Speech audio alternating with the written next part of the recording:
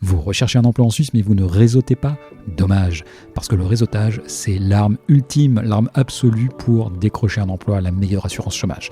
Alors comment fait-on pour réseauter pendant les périodes de Covid, pendant la crise sanitaire où personne ne peut se parler, personne ne peut se rencontrer?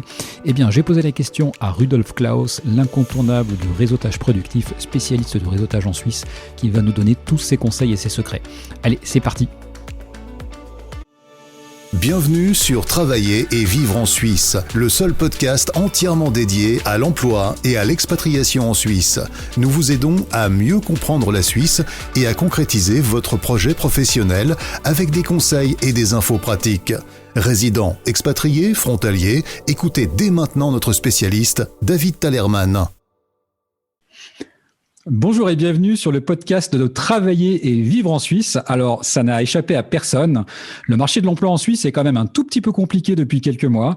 Vous avez pu remarquer qu'il était beaucoup moins facile de se rencontrer, beaucoup moins facile d'échanger. Et en l'occurrence, eh bien, ça a quand même profondément modifié la manière d'approcher le marché de l'emploi, particulièrement pour les personnes qui souhaitent faire du réseautage. Alors aujourd'hui, j'ai le grand plaisir d'accueillir Rudolf Klaus, un spécialiste du réseautage, qui lui s'est adapté. Et il va nous expliquer tout ça, mais il va aussi nous expliquer les nouvelles manières de réseauter, comment on doit s'adapter aujourd'hui en tant que candidat au réseautage, qu'est-ce qu'on peut faire, qu'est-ce qu'il ne faut pas faire. Et je me réjouis de t'écouter et de t'entendre et d'entendre tes conseils, mon cher Rudolf. Je te laisse la parole. Tu peux te présenter aussi pour te donner un peu plus de détails sur ce que tu fais et qui tu es. Salut David, merci pour cette introduction qui donne déjà le sujet. Qui je suis devenu réseauteur relativement tard dans ma vie. C'est peut-être un des éléments les plus positifs que j'ai donné dans mon message, que je ne suis pas né réseauteur. Ce n'est pas un don que j'ai dans mes ADN, bien au contraire. J'ai fait une première vie professionnelle, 30 ans dans la banque comme employé, et c'était très bien. Surtout le salaire régulier, le 25, c'était quelque chose qui me convenait très bien. Après, quand j'avais 50 ans, deuxième licenciement, je me suis posé la question sur la suite, et c'est à ce moment-là que j'ai décidé de me mettre à mon compte. Excellente décision. Seul hic, quand tu es indépendant, tu as besoin de clients. Et comment trouve-t-on des clients quand on n'est pas réseauteur né, quand on n'est pas vendeur né? Pardon. Comment trouver des clients quand on n'est pas vendeur né en réseautant? Et ma première réaction, c'était « Oh mon Dieu, j'aime pas ». Mais j'étais obligé. Donc, j'ai découvert à ce moment-là ce que c'est réseauter. J'ai découvert que j'avais beaucoup de fausses idées là-dessus. Et c'est à ce moment-là que j'ai décidé de partager cette activité de réseautage qui finalement fonctionne bien, marche, est assez méconnu et fait plaisir. Voilà qui je suis. J'adore ton intro, Rudolf. Je suis tombé dans le réseautage parce que j'avais vraiment pas le choix. Non, j'adore. C'est ça la vérité. Ouais. Rudolf a un côté modeste. C'est une star. C'est la star du réseautage en Suisse romande. Il veut pas l'entendre, mais moi je le dis et je le répète. Alors, première question, cher Rudolf. En fait, la crise sanitaire a-t-elle définitivement tué le réseautage tel qu'on l'entendait jusqu'à présent? Alors, pas du tout. Alors, que ce soit clair, non, pas du tout. La crise sanitaire, elle a surtout relevé un problème aussi dans notre vue du réseautage. Quand on dit réseautage, on pense, à mon goût, trop souvent à ces réunions où on rencontre surtout de nouvelles personnes. Oui, ça fait partie du réseautage et c'est important. Mais rappelons-nous quand même que l'essentiel dans le réseautage, c'est l'entraide. Et parce que c'est l'entraide, c'est le maintien de relations.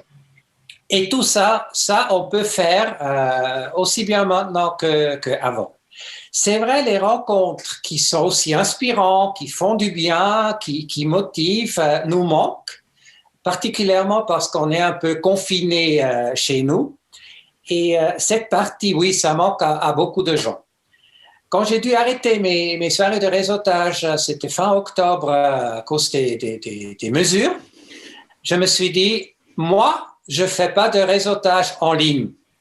Oui, ça, c'est les grandes paroles là qu'on sort. Et il a fallu même pas 3 mois de confinement pour que je change d'avis. Je me suis dit non. Alors, en plus, on n'a même pas des perspectives trop claires. Et j'ai commencé à faire des soirées de réseautage en ligne. Ce que je voulais, c'est que ça soit interactif. Et je crois que c'est là où les gens ont encore de la peine. On sait comment faire des webinaires, mais moi, je ne voulais pas faire un webinaire, parce qu'un webinaire, c'est un gars qui cause et les autres qui écoutent. Et ça, ce n'est pas réseauté pour moi. Alors, ce que j'ai fait, c'est une soirée de réseautage. Alors, la meilleure nouvelle, c'est qu'après 2 heures, les participants étaient tristes que ça soit fini. Il y avait beaucoup d'interactions, d'interactivité. Les gens ont pu se présenter brièvement. Ils ont pu travailler sur des sujets en petits groupes de 4-5 personnes. Ils ont pu discuter en groupe de 2 personnes. Donc, on peut, même en ligne, et je l'admets, ça ne sera jamais la même chose qu'en présentiel, mais on peut faire des rencontres, rencontrer des nouvelles personnes. Par contre, ce qui est primordial, mais c'est aussi vrai quand on a réseauté avant, c'est jamais une rencontre qui suffit. Donc, il faut de toute façon un suivi, il faut se revoir après. Et aujourd'hui, ce qui est vraiment différent, c'est que les cafés que je prends en bilatéral avec les gens après, c'est pas en physique, c'est par Zoom. Donc voilà, c'est toute la différence. Et on attend tous qu'on puisse se retrouver dans les restaurants. Profitons entre-temps du gain de temps qu'on n'a pas les trajets, parce que c'est quand même non négligeable. Hein. Bien sûr. Je peux rencontrer plus de personnes aujourd'hui, parce que je n'ai pas de trajet, qu'avant, quand je devrais me déplacer à différents endroits. Même si Genève, ce n'est pas une si grande ville, mais quand même. Et Alors, parle-nous un peu de justement cette notion d'entraide, parce que c'est un mot qui revient souvent chez toi quand on t'écoute et quand on te connaît. Tu mets énormément en avant cette notion d'entraide. Et c'est vrai que c'est probablement quelque chose qu'il faut bien comprendre en tant que candidat, en tant que personne, que c'est notamment à la base du réseautage. Mais voilà, j'aimerais avoir vraiment ton avis là-dessus et puis peut-être plus d'éclairage. Alors, pour moi, réseauter, c'est l'entraide. Ce qui est génial, c'est que celui qui aide fait quelque chose qui pour lui est relativement facile, mais qui vaut beaucoup pour celui qui le reçoit. Et c'est comme ça qu'on peut créer de la valeur. Alors, prenons un exemple. Tu cherches un poste de travail. Qu'est-ce que je peux te dire? Dans une régie en Suisse, une régie immobilière. Alors, moi, je connais des gens dans des régies immobilières suisses. Alors, te mettre en relation avec une personne que je connais est une tâche qui est assez facile pour moi. Je fais un email aux 2, ça me prend 5 à 8 minutes de rédaction. Par contre, pour toi, cette mise en relation, elle a une valeur énorme parce que sans ça, tu n'auras probablement même pas un rendez-vous chez cette personne. Ça, c'est une manière de s'entraider et une où j'aide beaucoup des gens avec des mises en relation. Après, c'est aussi donner des informations, partager des informations. Moi, je reçois beaucoup d'informations que je jette à la poubelle parce que ça ne m'intéresse pas ou je les ai déjà. Mais souvent, quand on sait quel type d'informations des personnes que je connais cherchent, je peux faire un petit forward et écrire à cette personne « Hey, salut David, j'ai pensé que ça pourrait t'intéresser et passe une bonne journée, salut Rudolf. » Ça coûte rien du tout et ça te fait plaisir parce que Rudolf a pensé à toi, ça fait déjà plaisir. Et deuxièmement, peut-être l'information est utile pour toi. Ça, c'est déjà 2 types d'entraide qui sont très utiles. Oui. Oui, c'est très intéressant parce que c'est quelque chose, comme tu le disais, qui est, je pense, pas forcément naturel pour la plupart des gens. Et comme tu dis, finalement, quand tu expliquais comme ça paraît d'une simplicité déconcertante. Et on se demande pourquoi d'ailleurs on le fait pas plus. Il faudrait démultiplier ta force, Rudolf, ta présence. Il faudrait plusieurs Rudolf en fait. Alors, moi j'ai une question concernant assez pragmatique aujourd'hui. Un candidat qui recherche un poste, Alors, on l'a vu, hein, il y a plusieurs possibilités. Tu peux soit rechercher de l'information dans le cadre du réseautage, soit un poste. Qu'est-ce que tu conseillerais à un candidat qui, justement, se retrouve dans la situation suivante où il se dit « bah moi, j'ai pas de réseau ». Parce que ça, moi, je l'entends très souvent. Donc, on commence par quoi, en fait? C'est quoi l'étape numéro 1 pour hormis aller voir Rudolf Claus? C'est quoi l'étape numéro 1? Alors, même avant de venir me voir, tout le monde connaît des gens. Et donc, parlez d'abord à quelqu'un que vous connaissez, ça peut être quelqu'un même de la famille ou un ami, et posez-lui la question, qui devrais-je rencontrer pour avancer dans ma démarche, pour avoir des conseils sur où chercher ou pour avoir peut-être des introductions.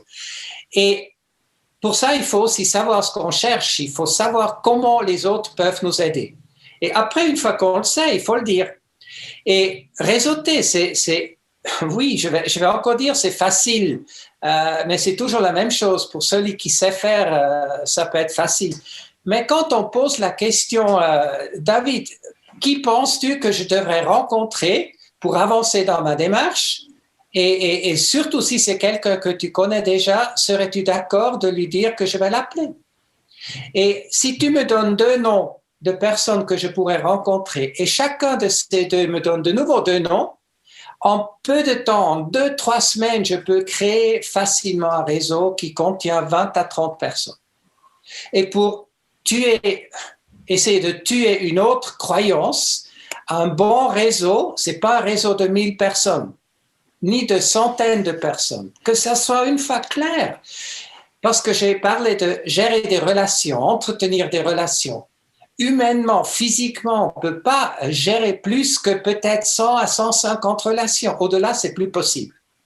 Au-delà, on fait du volume et ça, c'est de temps en temps un petit résultat. Mais jusqu'à 100, 150, on peut peut-être gérer des relations.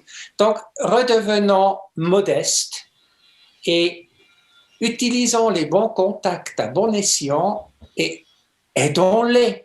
Moi, je dis toujours, commençons par aider les autres, après le reste, ça vient. C'est la loi, hein, c'est la loi de l'attraction de l'univers, tu l'appelles comme tu veux. Une fois que tu donnes, ça revient. Oui, c'est tout à fait. C'est le principe d'ailleurs, effectivement, de réseautage. Il ne faut pas le faire en essayant de recevoir quelque chose, mais si ça revient, tant mieux. Que puis-je faire pour vous? C'est la question que je pose le plus souvent. Et parfois, les gens sont surpris ou pensent que je veux parler de mes prestations à payer. Mais non, pas du tout. Quelle petite action puis-je faire pour te rendre service? Quel conseil, quelle information, quelle mise en relation? Bah. Merci Rudolf. Alors moi, j'ai aussi parfois des candidats et ça, je pense que cette question-là, tu l'as très souvent, qui me disent... alors moi, je veux bien faire du réseautage, mais par contre, j'ai le sentiment que je n'ai absolument rien à apporter à personne. Ça, je pense que c'est un grand classique. Alors, qu'est-ce qu'on peut répondre à ça, Rudolf? Oui, c'est un grand classique et je suis personnellement heureux que j'ai passé 2 fois dans ma vie par la case chômage, être à la recherche de travail pour savoir qu'on n'est pas au top psychologiquement dans cette phase. Donc, je peux comprendre que dans cette phase, on a l'idée de ne rien à donner à autrui. C'est tellement faux, c'est tellement faux. Commençons. La première chose que je dis, ce que tout le monde peut donner à tout le monde, c'est 5 minutes ou 15 minutes d'écoute attentive. Et c'est probablement de nos jours un des cadeaux les plus précieux. Donc ça, tout le monde peut faire. Tout le monde peut partager ses expériences. C'est quelque chose qui est hyper précieux. Tout le monde peut partager un feedback, une perception de l'autre. Combien de fois on m'a dit « je te perçois de telle manière ou de telle manière » et ça m'a été utile pour comprendre que les gens ne me perçoivent pas toujours de la manière que je voudrais. Et moi, j'ai quand même un levier là-dessus, mais uniquement si on me le dit. Donc, dans mes formations, je parle facilement une vingtaine, une trentaine de minutes de toutes les choses que tout le monde a données à autrui. Donc, c'est important, tu as raison de poser la question. Si on pense qu'on n'a rien à donner à autrui, on se met déjà d'entrer dans une mauvaise posture. Et il n'y a pas de raison pour ça. Merci, c'est très très intéressant. Et ça, c'est vrai que l'aspect psychologique des candidats, moi j'en parle assez régulièrement, surtout en période de chômage ou en situation difficile, c'est primordial parce que il faut son psyché, il faut l'entretenir comme son corps. Hein, c'est un peu ce que je dis. Et n'oublions pas que réseauter, c'est aussi retrouver d'autres personnes qui nous montent un peu l'esprit, qui sont optimistes, qui sont positifs. On réseaute rarement avec des gens négatifs. C'est une sélection qui se fait naturellement. C'est vrai, c'est vrai. Alors, aujourd'hui, les recruteurs, les entreprises qui recrutent, parce qu'il y en a encore quand même, elles ont moins d'outils pour recruter, dans le sens où leur manière de faire, en tout cas, ont été considérablement et profondément modifiées avec la crise sanitaire. Est-ce que cela n'a pas changé légèrement la manière en fait de faire du réseautage et finalement de ton côté, quel conseil tu donnes à ces candidats justement pour peut-être approcher ces entreprises de la meilleure manière? Alors, premièrement, il faut savoir que les recruteurs, ils cherchent beaucoup à travers LinkedIn. Donc, mettons d'actualité nos profils sur LinkedIn. Et surtout, moi je le dis, mettez vos langues. Et mettez aussi le français comme langue. Il y a beaucoup de francophones qui oublient de mettre le français dans leur langue. Si un recruteur, un robot cherche comme une des compétences le français, vous ne l'avez pas mis, il ne va pas vous trouver. Alors, mettez vos profils LinkedIn à jour. Et l'autre data à moi, c'est avec une bonne photo qui soit pro, donc idéalement fait chez un professionnel avec un grand sourire. Je vous explique volontiers en bilatéral, en long et en large pourquoi, mais ça, c'est important. Ça, c'est un élément. LinkedIn est peut-être devenu encore plus important. Et le deuxième, c'est que pensez aussi une fois à la situation du recruteur. Les recruteurs sont des êtres humains et ils ont aussi peur. Ils ont peur de l'erreur, d'engager quelqu'un qui ne correspond pas. Et qu'est-ce qui peut les aider à avoir moins peur? Ce sont des recommandations. C'est engager des gens que quelqu'un qu'ils connaissent et à qui ils font confiance leur dit « c'est quelqu'un de bien ». Ça, c'est important. Et c'est pour ça que les gens adorent avoir des recommandations parce que ça enlève le risque ou diminue le risque d'erreur. Ça les rassure. Et aujourd'hui, regarde la situation de vie dans laquelle on vit. On est tous, c'est tellement anxiogène. Tout le monde a peur. Il faut d'abord lutter cette peur et on la lutte uniquement en se rassurant, en étant positif et pour ça on a besoin de se rassembler. Alors rassemblons-nous déjà en petit comité, ça c'est permis, et en plus grand comité, pourquoi pas virtuellement. Merci Rudolf, ça me fait plaisir, ça rejoint tout un tas de choses que je dis et toi qui es en contact direct de tous ces gens, c'est vraiment parfait, c'est vraiment merci beaucoup. Et c'est effectivement l'histoire des langues, c'est quelque chose de tellement bête. Oui. Bête dans le sens un oubli quoi. On dit bien oui, je vais pas marquer que je parle français puisque je suis francophone. Ouais, tout à fait. Excellent. Est-ce que tu as toi observé dans tes réunions des différences ces derniers mois parmi tes participants? Est-ce que leurs besoins ont évolué? Est-ce que ces participants sont différents ou finalement non, ça n'a rien changé? C'est quoi le profil aujourd'hui à peu près? Alors, une différence que j'ai sentie, c'est peut-être pas encore représentatif, je sais pas encore un volume représentatif, mais quand même ce que j'ai ressenti, c'est que un plus grand intérêt pour juste la relation interpersonnelle. Donc les gens mettent un tout petit peu en arrière-plan ce qu'ils cherchent, mais ils veulent juste passer un bon moment avec autrui et peut-être aussi trouver avec qui le courant passe au mieux. Et ça, je trouve excellent. Parce qu'on a tout à y gagner si on pense un peu plus tard à ce qu'on veut et si on s'intéresse au début davantage à l'autre personne. C'est là où on découvre, donc les gens écoutent mieux à mon goût et oui, ce que j'ai aussi vu que les gens ont vraiment besoin de rencontrer de nouvelles personnes parce que ça, c'est vraiment quelque chose, on est confiné dans nos cercles habituels. On est à la maison, peut-être quelques amis et le boulot. Mais rencontrer des personnes en dehors, c'est devenu très difficile. Et ça, les gens cherchent Et oui, je vais quand même faire aussi un peu de pub pour mes soirées de réseautage en ligne.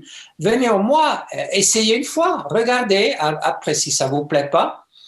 Mais le feedback que j'ai eu des gens, que c'est pas un meeting Zoom en plus, c'est vraiment un truc différent et c'est là où on peut vivre l'interactivité. D'ailleurs, raison pour laquelle je limite la participation à un maximum de 30 personnes. Parce qu'au-delà de 30 personnes, je ne peux plus garantir ça. Et ça m'est trop précieux. Je ne cherche pas à avoir 100 personnes pour être le gourou. Non, je cherche à avoir 30 personnes pour que les gens se sentent à l'aise, y compris les introvertis. Oui, si vous êtes introverti, si vous êtes introverti, il faut particulièrement aller aux conférences et aux réunions de Rudolf. Allez, Rudolf, peut-être un dernier petit conseil là pour quelqu'un qui voudrait réseauter en ce moment. Si tu devais lui donner un grand conseil, en fait, tu lui donnerais quoi à cette personne?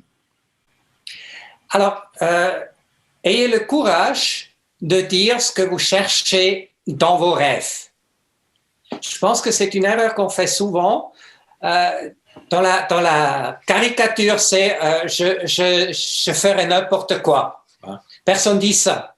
Mais avoir le courage de vraiment dire je chercherai tel et tel job à tel et tel endroit. La vie a besoin que nous évoquions nos rêves, que nous y croyons encore. Après, se satisfaire de moi, ça on peut toujours, et c'est certainement intelligent. Mais d'entrée déjà, demandez-moi parce qu'on se limite soi-même, ça je pense que c'est faux. Et je rencontre souvent, même dans la dernière fois on était 26 dans la séance, déjà à 26, quand on dit précisément ce qu'on cherche, il y a déjà des gens présents qui disent « Ah, là je connais quelqu'un » ou « Là je pourrais t'aider ». Par contre, si vous n'êtes pas précis, typiquement dans le réseautage, si tu ne dis pas précisément ce que tu cherches, personne ne va pouvoir t'aider. Je donne un exemple. Si je dis à quelqu'un, je cherche des mandats comme formateur, peut-être en communication. Alors là, franchement, j'aurais jamais de réponse parce que c'est tellement large, c'est tellement flou, on ne sait pas quoi me dire. Mais quand je dis je cherche un mandat de formation pour parler aux gens, de parler en public, par exemple, en français ou en anglais, sur Genève et dans le domaine de l'horlogerie. Là, c'est devenu précis. Et ça fait que celui qui l'entend, OK, soit il connaît personne, soit il a quelqu'un, et là, ça va faire tilt, comme je dis. Il va réagir et va dire « Ah, Rudolf, je crois que j'ai quelque chose pour toi. » Et celui qui n'a pas quelque chose dans l'horlogerie, mais peut-être dans la parfumerie de luxe, va me dire « Est-ce que la parfumerie de luxe t'intéresse aussi ?» Mais évidemment, évidemment. Mais osons être précis et osons croire en nos rêves. Merci beaucoup Rudolf pour ces conseils qui valent de l'or. Je suis très très content et je pense que les gens vont repartir avec un beau bagage, un super takeaway. Merci beaucoup. Alors je rappelle Rudolf qu'on peut retrouver le programme de tes